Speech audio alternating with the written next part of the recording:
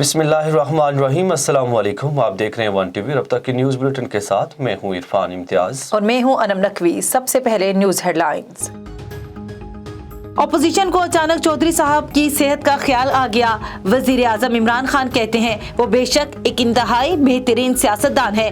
Opposition घबराई हुई है। तहरीक इंसाफ की तरबियत ऐसी की है कि वो हर जंग के लिए तैयार है। आजकल MNAs के पास ताज़ियत के लिए भी जा रहे हैं। काफ लीग का अपोजिशन की अदम एतमाद के मामले पर हुकूमत का साथ देने का ऐलान।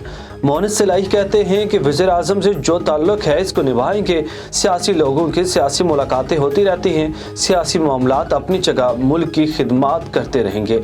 वज़ीर आज़म अपने साथियों से कह दें घबराना नहीं। अपोजिशन की तहरीक अदम एतमाद से निमटने के लिए सफबंदी। वजीर आजम इमरान खान की जेर सदारत PTI की सेंट्रल एग्जीक्यूटिव कमेटी का इजलास आज होगा। अपोजिशन की तहरीक से निमटने पर मुशावरत होगी। इत्तेहादी जमातों से राब्ते का भी फैसला होगा। वजीर आजम इमरान खान की जेर सदारत पार्टी तर्जुमानों का भी अहम इजलास आज होगा। मौलाना फजल रहमान और शहबाज शरीफ जगह जगह भटक रहे हैं। वज़ीर इत्तलात फवाद चौधरी कहते हैं जब तक लौटा हुआ पैसा वापस नहीं आता किसी को माफ़ी नहीं मिलेगी। गवर्नर पंजाब सरवर चौधरी कहते हैं कि अपोजिशन के नंबर पूरे ना होंगे ना ही हुकूमत हटाओ मिशन कामयाब होगा। वज़ीर जेर खाना चार्ज फयाजुल हसन चौहान कहते हैं कि सूबाई असम्बली में अपोजिशन के 15 से 20 अरकान हमारे साथ राब्ते में हैं।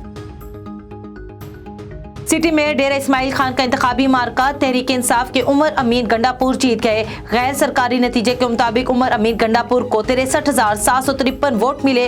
कुर्क की एक सीट पर PTI दूसरी आजाद उम्मीदवार के नाम। जिला खैबर की तहसील बाड़ा में JUI, नौशहरा की तहसील जहांगीरा और बन्नू की तहसील डोमेल में PTI कामयाब। बक्का खेल की नशिस्त JUI ने जीत ली। गैर सरकारी नताइज।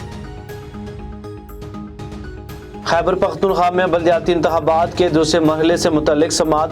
KP हुकूमत की 31 मार्च को दूसरे मरहले के लिए पोलिंग की मुखालिफत।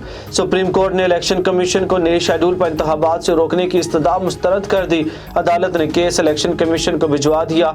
कल फैसला करने की हिदायत। सूबाई हुकूमत और फरीकैन को इलेक्शन कमीशन के सामने मौक़िफ़ पेश करने का हुक्म।